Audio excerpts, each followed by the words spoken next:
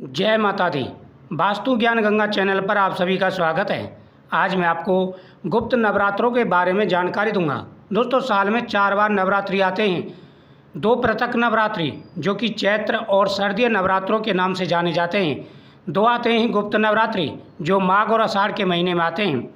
इस बार आषाढ़ मास के गुप्त नवरात्रों 26 जून से लेकर के 4 जुलाई तक चलने वाले हैं। इन नवरात्रों में माता के 10 माँ विद्या स्वरूपों की आराधना की जाती है।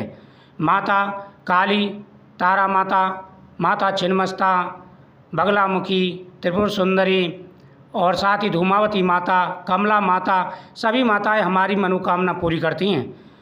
गुप्त नवरात्रों में प्रतिदिन माता के सामने दीपक जलाएं, माता के सामने पुष्प चढ़ाएं, माता के सामने फल चढ़ाएं और हाथ जोड़ कर के प्रार्थना करें।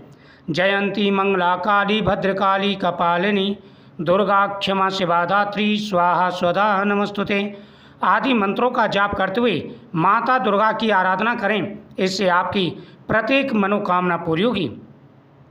जो भी परेशानियाँ जीवन में आ रही हैं, आपके घर में कोई ना कोई बीमार रहता है, कोई ना कोई परेशानी लगी रहती है, तो आपको माता के सामने प्रार्थना बोलते हुए लौंग का जोड़ा चढ़ाना चाहिए।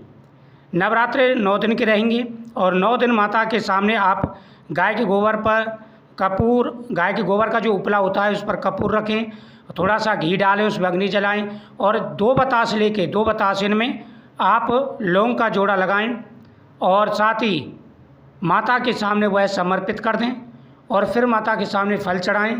प्रसाद के रूप में फल जरूर खाएं। इससे आपकी प्रत्येक मनोकामना पूरी होगी। माता के सामने आप अपनी प्रार्थना जरूर बोलें। जो भी आपके जीवन में परेशानियां चल रही हैं, जो भी कष्ट चल रहे हैं, माता के सामने आप जरूर प्रार्थना करें। माता आपकी हर मनोकामना पूरी करेंगी, क्योंकि नवरात्रों के जो दिन होते हैं ये बहुत बड़े दिन होते हैं। अगर इन दिनों में माता दुर्गा की आराधना की जाए, माता के 10 माँ विद्या स्वरूपों की आराधना की जाए, तो हमारे सभी मनोरथ पूरे हो जाते हैं, हमारी हर मनोकामना पूरी हो जाती है। इस बार नवरात्रों में बहुत ही अच्छे योग पड़ रहे हैं। प्रतिदिन माता के सामने आप इस प्रकार से उपाय करेंगे। माता के सामने चढ़ाया हुआ प्रसाद फल आप खाएंगे तो आपकी मनोकामना पूरी होगी। नवरात्रों के दिनों में घर में पवित्रता का विशेष रूप से ध्यान रखें, घर में शुद्धता का ध्यान रखें, घर में कोई भी तामसिक भोजन वगैरह नहीं बनना चाहिए। इन बातों का विशेष रूप से ध्यान रखें। साथ ही माता के सामने यंत्र, आप माता के सामने यंत्र ला करके जरूर रखें। नवदुर्गा यंत्र ला करके रख लें या आप बीसा यंत्र ला करके रख लें, इससे मनोकामना पूरी हो जाती है। को गुप्त विद्याओं के लिए ये नवरात्रि जाने जाते हैं।